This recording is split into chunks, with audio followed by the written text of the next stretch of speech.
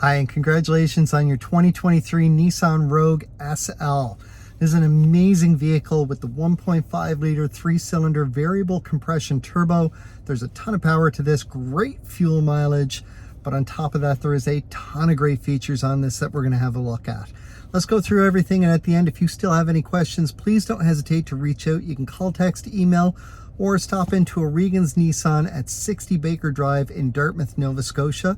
We'll do everything that we can to make sure that you're comfortable with this and enjoying it to the fullest extent. Let's check out what you got. All right, we're going to start right here with the infotainment system. As you can see, it does come with satellite radio. Now, really great screen here. We've got all kinds of options, including a navigation system. Super easy to use. All you want to do is hit the destination. If you know the street address of where you're going, start there. If it's outside of your province, you're going to want to start there. If it's outside of your city, then start there. Otherwise, if it's in your local area, just start with house number. It'll find the city for you and make sure that it's in the right area, and it'll give you lots of options. Now, if you're looking for something close by, maybe I want a coffee shop. So points of interest and then coffee shops. And then this is going to load everything closest and then moving further away as I go, giving me all kinds of options that I can scroll down through as I'm going. So it makes it really easy to find where I want. There's all kinds of categories here, or you can actually just spell out what you want here. This makes everything really easy, and it is easy to keep this up to date. I do have two separate videos on how to do so, one by USB and one by Wi-Fi, but you can make sure that this is always up to date. This also comes with Apple CarPlay and Android Auto, which will work as long as you're plugged in down below. And once you are, that's going to make sure that you've got all the connection that you want. And your phone maps are always more up to date than a vehicle map ever will be, no matter what you do. Now, if we go into our settings, I'm going to tap on connections, and from here I'm going to hit add new. Once I go into add new, then on my phone I want to go into Bluetooth, and then down below I'm going to look for my Rogue, which is going to pop up. From there I'm going to tap on that. I see a number pops up here, and the same number is on my phone, so I'm going to hit pair. Now on an Apple phone, I'm only going to have to hit allow once, and everything's fully connected. If I've got an Android phone, I'm going to have to hit allow twice. The one thing you do want to make sure is connected is if I go into the settings here, you can allow two phones to be connected simultaneously. So we're going to turn that on, and then that's all selected, and that's easy to operate, so that if I have a spouse or significant other that wants to connect theirs as well, both phones will be fully connected while you're driving, so that if either phone rings, you can take a phone call. And this vehicle does have wireless Apple CarPlay, so I'm going to say use CarPlay, and then I'm going to say yes up here, and I'm going to say yes, and we can see it is connecting, and it does take a moment to go through and connect, and now CarPlay is fully hooked up. So this does disconnect the Bluetooth, but it does connect CarPlay so that it will operate that way as well. Very cool the way it operates. Easiest way back out of CarPlay is just hit the audio button and select your audio source. So I've got FM in this case, or I could go back to satellite radio. As I'm going through down below, I want to look, I got a camera button there. So we're going to look at the backup camera right now, and when I put it in reverse, I can see with the backup camera, I also get this 360-degree round view monitor. Very cool option. It allows me to see all around the vehicle to make sure I'm good and clear, see where everything's at, and how I'm parked in relation to any lines around me. As I move my wheel, it is predictive steering, so it will show me where I'm going, and it is extremely accurate. Now, if I push the camera button again, I can see just down the passenger side of the vehicle. It does allow me to see where I'm at, and if I'm parking next to a curb, I want to put this yellow line right on the curb, and then I'm exactly 6 inches from the curb. I'll push it again just to get a clear view out the back, and then one more time puts me back where I started. Now, because I've been hitting the camera button, when I go back into park, I now have a view out the front, or if I'm in drive, I can hit that camera button to get this same view. So still get the 360 monitor, But now it's a view out the front, because if I'm pulling into somewhere and I want to make sure that I'm really close to where I need to be, maybe there's a truck that's partially into my parking spot, but I want to be in as far as I can. This is my bumper across the front, and it will allow me to see how close I can get to that, as I can see the white line right there, and it makes it really easy. The other thing to keep in mind when you're in drive, you get the same view. So if I hit the camera button, I get down the side, and then I get that big view out the front. But one more push on it when I'm in drive does turn it back off. If I don't use the button to turn it off, it will turn off after 2 minutes, or if I hit 10 kilometers an hour on my speedometer here, it'll automatically turn that off. Like I said, the other way to do it is to turn it off myself. Now, as I move down below here, I can see I have tri-zone climate control. This is a really neat feature. So we'll get into that right now, where we've got my setting on the driver's side. Right now, everything is synced. This button here will sync it all, but if my passenger wants a different temperature, all they got to do is change that dial. And we see that the sync is no longer involved in the front, but it is still currently synced in the back until somebody back there or me up here changes that. If I want everything back together, all I got to do is hit sync, and it all goes back to the driver's side setting. Heated seats are on the outside of the dials here, high, medium, and low, and I've got my heated steering wheel right here. Now, everything is currently set to auto, and this is what I typically recommend, is find a temperature that you like, set it to auto, and you never have to worry about it. It will dictate where your airflow is going to go and what the fan speed is automatically, just to maintain that temperature or to get you up or down to that temperature as fast as possible. First thing in the morning when you turn this on, as soon as the vehicle starts to warm up, if it's cold out, this fan is going to dial up all the way, and it will dictate where your airflow is going to go. And as you start to get closer to this temperature, it will slowly start to dial back on your fan. It may also change where your airflow is going to go. Same in the summer, it'll crank that up right away to help get you down to that temperature as quickly as possible, and then do what it has to maintain. You can manually change them using the fan speed or dictate where your airflow is going to go, but as soon as you do that, we'll notice auto turns back off. So I'm just going to turn that on for the moment.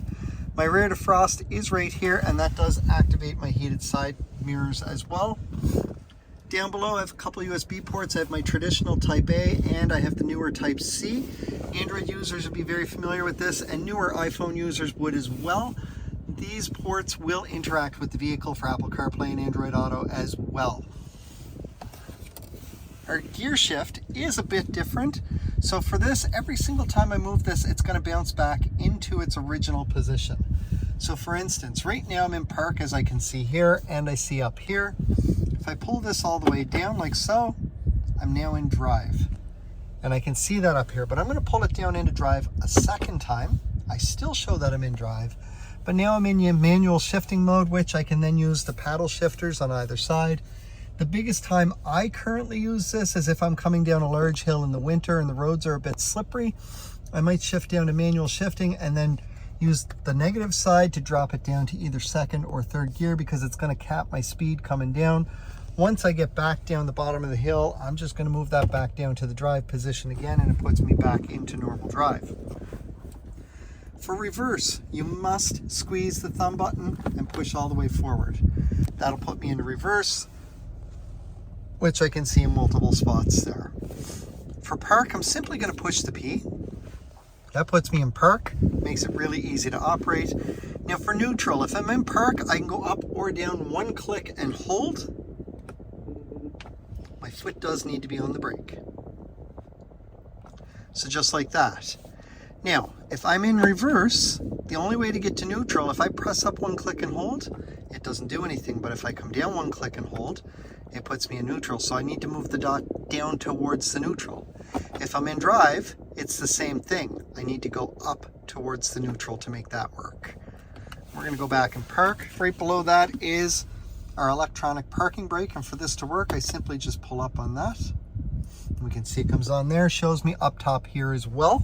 To disengage it, my foot does need to be on the brake. Then I'm going to push down on that. If I don't do that, it will tell me up here to press the brake pedal. Now, auto hold is a neat little feature. For this to work, I must be buckled. It will not work if I'm not buckled. We're going to turn this off for a second, and I'm going to put it in drive, and now I'm going to turn on auto hold, and we see it very quickly went from white to green. Now my foot is off of the brake. I am in drive and I'm not moving. But if I touch the gas just a little bit, I start moving, and that's white. I'm going to put my foot fully back on the brake, and that turns green, and I can once again take my foot off the brake. So very neat functionality. This is great at a long red light, in construction, or in a drive-through that's kind of slow moving. The one thing to be aware of is when I put it in park, when auto hold is fully engaged, we notice it also engages my parking brake automatically as well. So very, very neat. My drive mode selector, by default, every time I turn the vehicle on, is in normal mode or auto.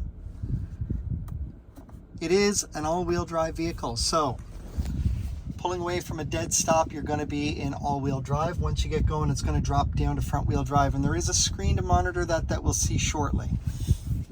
Anytime that you hit traction issues, it will automatically kick in the all-wheel drive system just to get through those conditions, and then drop back down to front-wheel drive for fuel efficiency. Our next mode over this way, and it does show you up on the screen every time so that you don't need to look down at the dial as you're doing it while you're driving. But this is eco mode here. This will get you better gas mileage. Just be aware that trying to pull away quickly from a dead stop or trying to get out and around somebody in a hurry while in eco mode is going to be a little sluggish compared to your normal mode. Sport mode, on the other hand, will give you a little additional torque on the motor so that it is a little more responsive. If you were losing a passing lane, wanted to get out and around somebody in a hurry, that would definitely do it for you. So we're going to come back over this way. Snow mode is one of my favorite things in the winter. If the roads are getting a little bad, I'll put it in snow mode. And what this does is it's still going to engage the all-wheel drive system as needed. However, it's going to hold it much longer. So under normal circumstances, when I'm right here, if I hit black ice, as soon as I hit black ice, it automatically puts me into all-wheel drive. Once I get past that black ice, it drops me right back down to front-wheel drive. In snow mode, it's going to put me into all-wheel drive when I hit that black ice, but when I get past the black ice, it's going to hold me in all-wheel drive a little longer in anticipation that there could be more black ice. That way I'm already in all-wheel drive, and makes for a smoother drive, especially if there's slippery roads, hydroplaning, or whatever the case may be. My last mode down is off-road mode. Not that we anticipate you doing a whole lot of off-roading. However, if you are on an old dirt road that's maybe pretty heavy in mud, this will have you almost exclusively in all-wheel drive for your entire drive for those conditions. We don't recommend this one for driving on pavement, but if you are in those conditions where there's heavy sand or a lot of mud, this might be the way to go. And I just recently encountered that myself, and it is absolutely amazing for those conditions. As we move over to our steering wheel, we see we've got several buttons here. So right away, we're going to explore these options here. So our phone right here, this is our Bluetooth hands-free. With this, I can answer a call or hang up. With the button right beside it, which is my voice button, that will allow me to make an outbound call. Now, keep in mind that if you're set for the Nissan button, then that works quite well. If you're set for Alexa, it is a little different in what you can and can't do depending on if your internet is hooked up to it. So we're going to go through here, and I'm going to show you a second way to set up the navigation. So I talked earlier about how to do it all from right here, except this all grays out once you're driving. So we're going to come back here, and we're going to hit the voice recognition button. Please say your selected command. Navigation. Navigation. Please say your selected command from the displayed list. Street address, 60 Baker Drive, Dartmouth, Nova Scotia. Please wait. Did you mean 60 Baker Drive, Dartmouth, Nova Scotia? Please say yes, or say a number from the displayed list. Yes. Yes. 60 Baker Drive, Dartmouth, Nova Scotia. Calculate route, adjust location, or change address. Calculate route. Calculating route.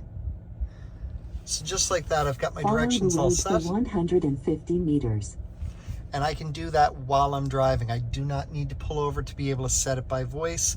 I am yet to be able to do that through Alexa without an internet connection, so the Nissan system might be the better way to go if you're looking at doing something like that.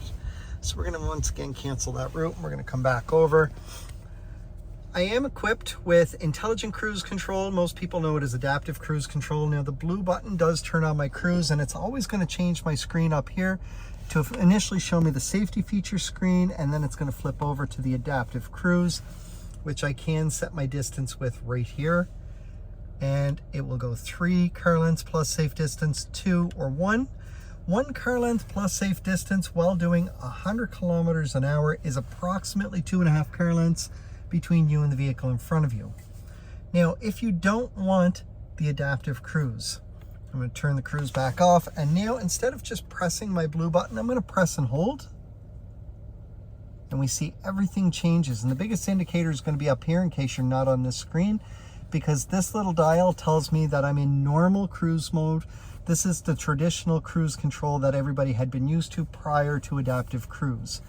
If I press the blue button again and then hit it to turn it back on, we see it goes back to adaptive. That is the default. By just pressing it, press and hold to get to our traditional cruise control. From there, I can set, resume, cancel. If my speed is set, I can increase the speed or I can decrease the speed depending on how I want to go about it. So it makes it really easy to operate. On the left side of my steering wheel, I have my volume controls for my audio. So right away, I can see it's really easy to operate from over here. These 2 arrows down below are going to go through my presets on my radio, or if I'm streaming through my phone in any way whatsoever, it will skip tracks to go through the different tracks. My left and right arrows and my OK dial here are for my screen. Now my home screen shows me a compass as well as a digital speedometer and my radio info. Really helpful. Again, if I'm switching presets, I can see it right on the screen in front of me. Now, if I go to the right by pressing the right arrow, I get a manual speed. Now I'm going to scroll down to get my drive computer information.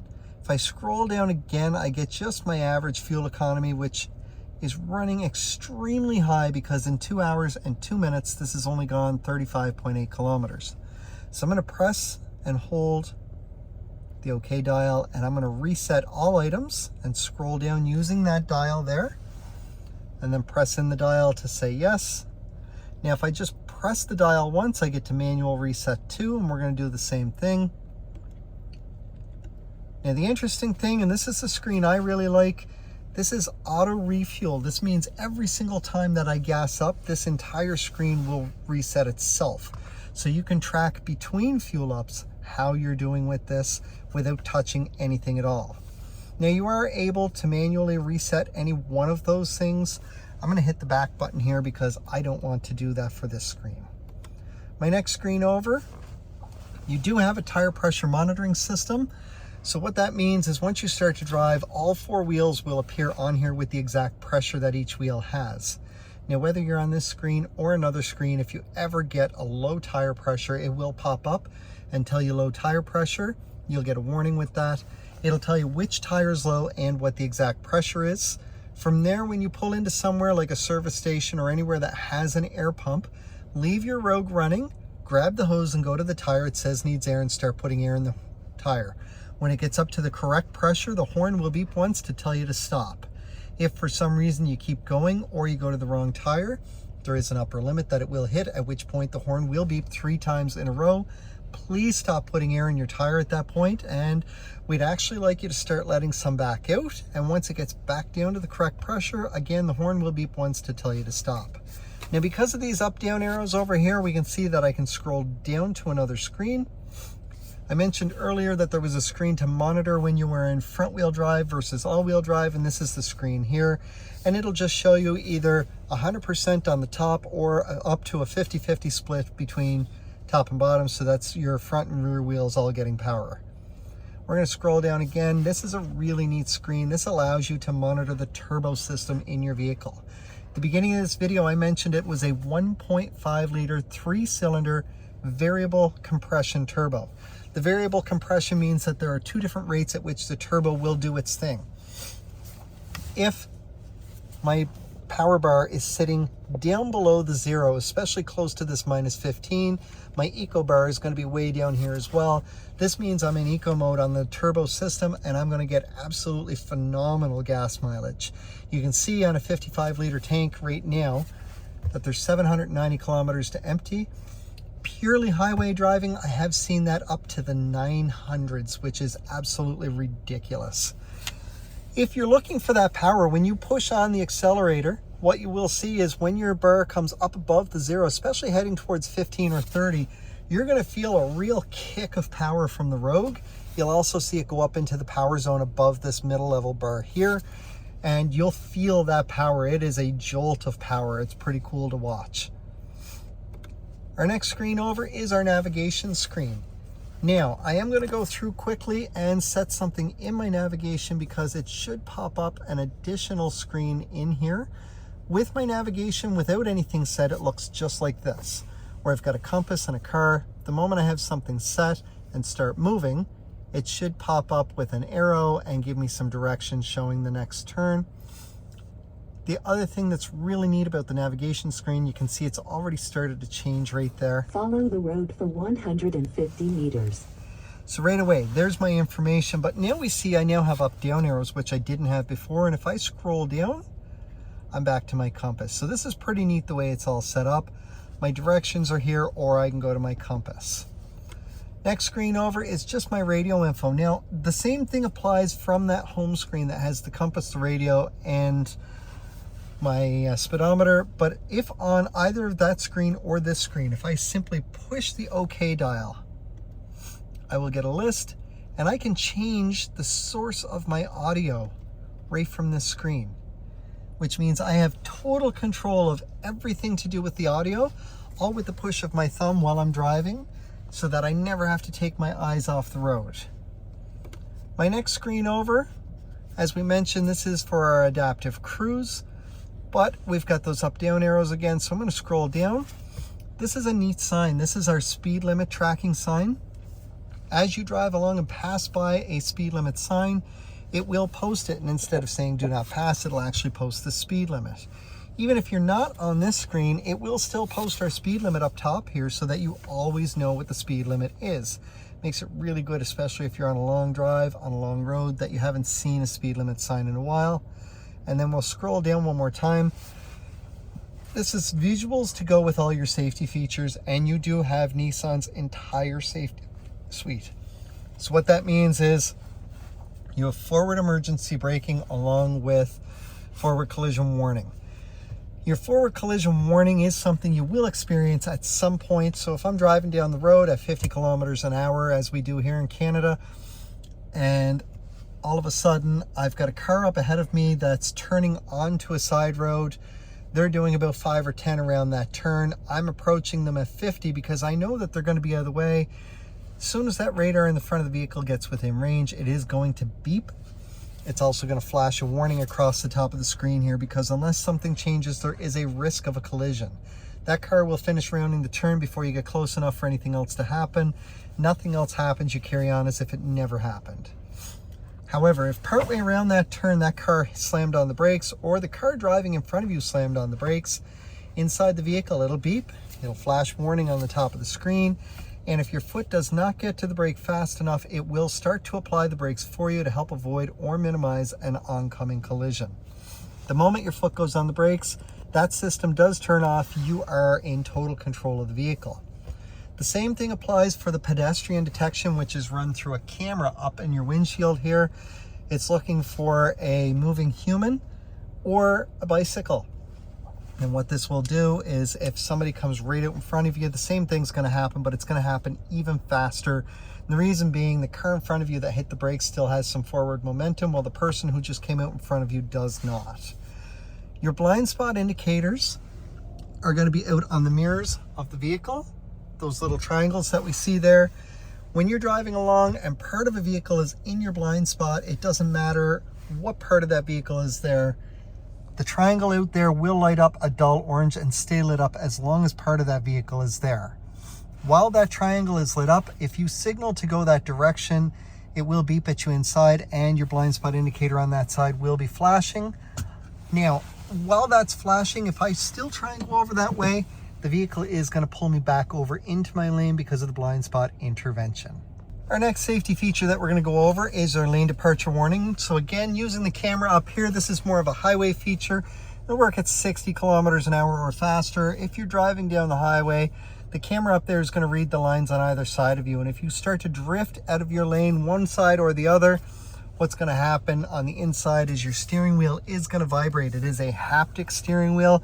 It's going to do so just to let you know that you're coming out of your lane, but if you don't correct that, the lane departure intervention is going to help pull you back into your lane.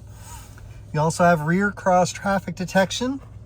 So the way that this works is when you're backing out of a parking spot, if there's anything coming at you from either side, within approximately 2 car lengths inside the vehicle, it will beep at you. Whichever side it's approaching from, the blind spot indicator on that side of the vehicle will be flashing to let you know, hey, I get something approaching me from this side if that's the case. You also get rear sonar and rear emergency braking. So with the backup camera, when that's on, back here, whatever is behind me, when it gets within these green hash marks, it's going to slowly start to beep at me. And the closer I get to it, the faster the beeping gets. But once it gets down around these red hash marks, I'm about 1.5 feet away. And if I'm still moving, this is going to fully apply the brakes to stop me in place and hold me for 2 seconds before it releases that brake. It's a really neat feature. Works great in case anybody just walks out behind you as well. High beam assist is our last thing. So I'm going to cover our light sensors up on my dash here and force my headlights to come on. All right, we can see my headlights are now on. I'm going to hit this little button on the end of my signal indicator here and turn on this green bullet. That means that I have high beam assist. So on top of the LED lights that we have, as long as that green bullet is on at night, that means that your high beams are 100% automatic. Again, this camera up here in your windshield is going to be looking for headlights and taillights.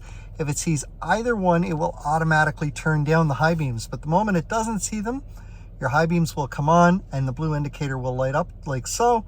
As soon as it sees those headlights or taillights, it goes right back out automatically, and it happens remarkably fast without you having to do anything. This is the safety features to go with the vehicle. Nissan refers to this as Safety Shield 360. Last thing here is our settings. Now I'm going to go into here. I do alter a couple of settings. First thing I want to do is in driver assistance, make sure everything is on to start for a new driver.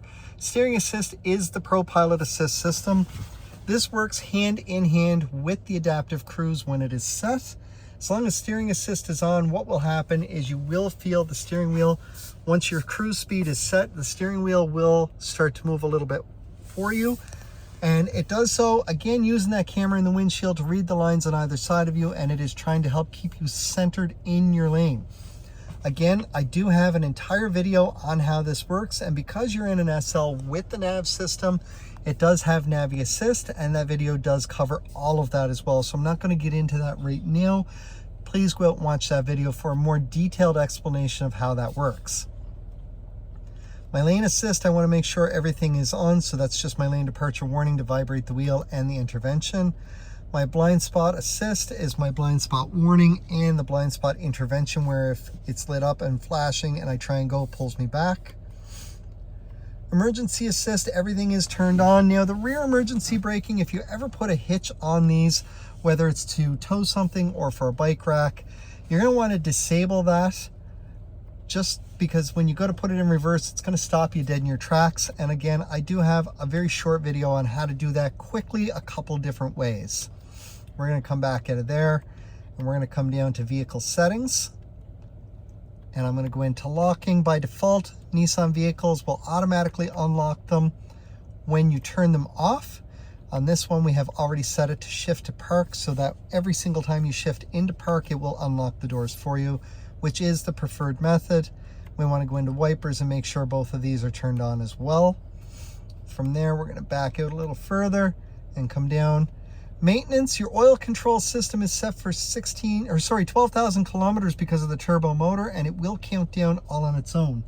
Now, extreme conditions, which is what we live in here in Nova Scotia, is a lot of short trips in plus 20 degrees Celsius or above, or a lot of short trips in minus 10 degrees or below will have a larger impact on your oil, and this will tick down a little bit faster.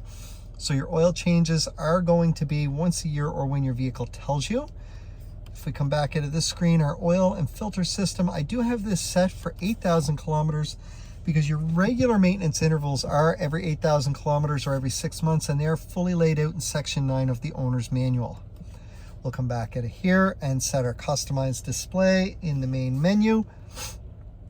I just want to turn this second option off because it is a blank screen and it's the only thing that shows. That is the only things that I tend to change on this. You are welcome to change whatever you want.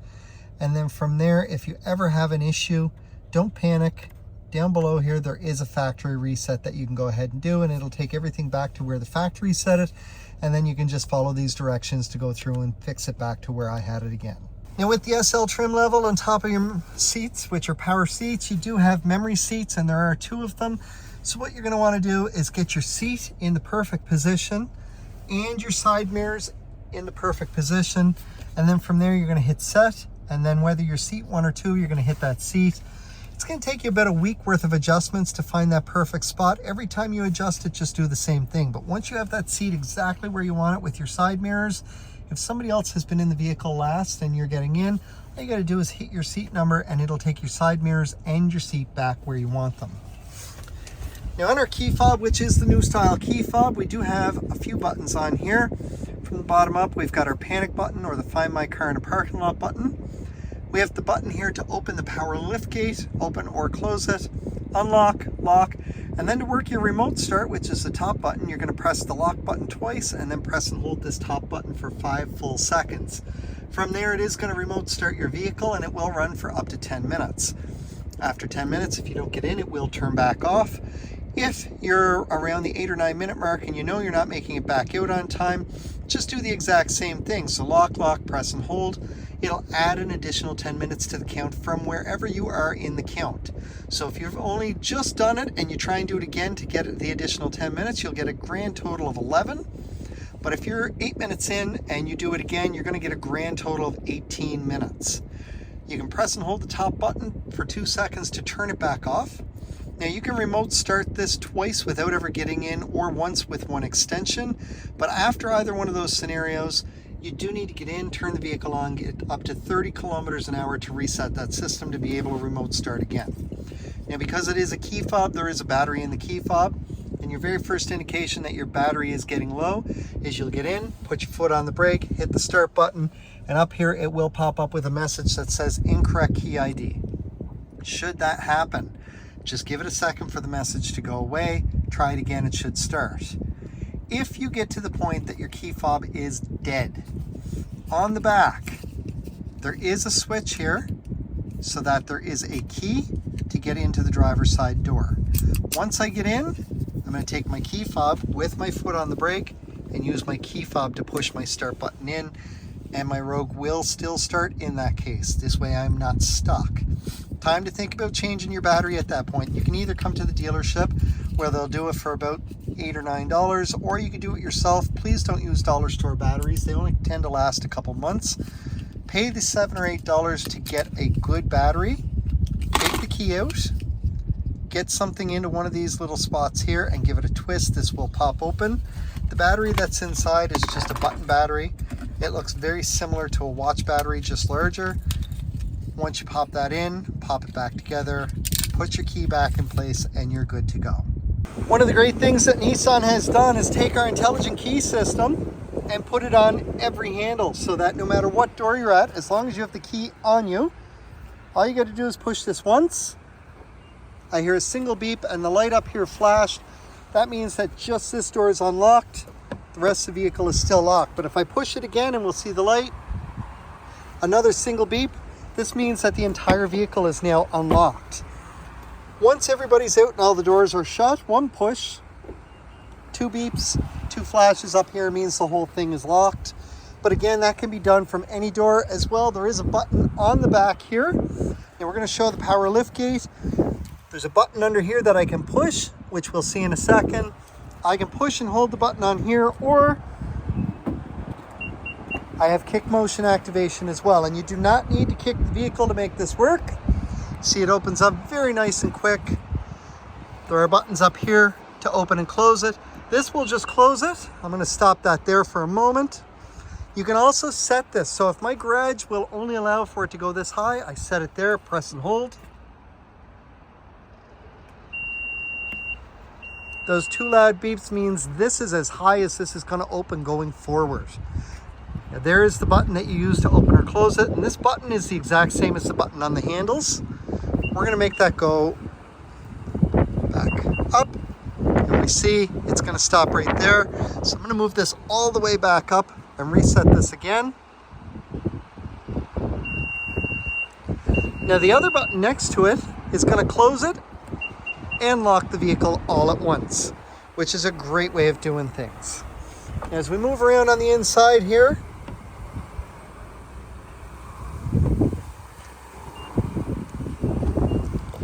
we're going to come in and we're going to have a peek. We're going to move these tires a little bit because down inside, the middle row does have heated seats as well as that control for the climate right there.